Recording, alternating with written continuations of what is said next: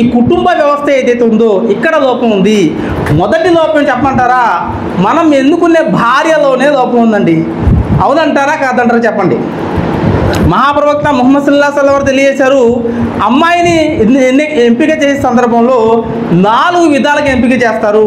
మొదటిది ఆమె యొక్క అందము, రెండోది ఆమె యొక్క ఐశ్వర్యము, మూడవది ఆమె యొక్క వంశం, ఆ తర్వాత చివరిగా చెప్పారు దైవభీతి ధార్మికత గల అమ్మాయినే మీరు వివాహం చేసుకోండి అని చెప్పారు. ఈ 4 రకాల వ్యక్తులను ఎన్నుకుంటారు.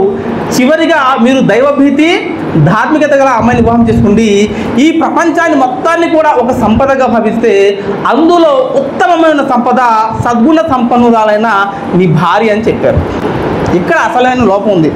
మన కుటుంబాలు ధార్మికంగా డెవలప్ అవ్వకపోవడానికి కారణం ఏంటండి? 2 एकड़ देते कहते बा 10 लाख कैश है, धाम धूम అనే కన్నా షాదీ. ఇదే కదా మన సమాజంలో జరిగేది. అవునంటారా కాదంటారు? ఇక్కడ భయాలు వింటారు చక్కగా. కానీ ఒక ఆయన అయితే నేను ఆశ్చర్యపోయాను, సూరాలు చదువుతున్నాడు, 5 లక్షల కట్టలు అడుగుతున్నాడు. నేను చెప్పలేసి ఇంటికి వచ్చేసాను, చెప్పకుండా వచ్చేసాను నేను. అదేంట్రా నువ్వు నన్ను పిలిచావు, నన్ను పిలిచి మళ్ళీ కట్టలు అడుగుతావండి చెప్పి. ఇక్కడ మూల కారణం కుటుంబ వ్యవస్థ. ఎంపిక చేసే విషయంలో మనం ధార్మికత దైవభీతి గల స్త్రీని ఎప్పుడైతే ఎంపిక చేశామో మన పిల్లలు కూడా అలాగే పెరుగుతారు. చూడండి, పిల్లలకి ఎక్కువ టైం ఇచ్చేది తల్లా తండ్రా చెప్పండి.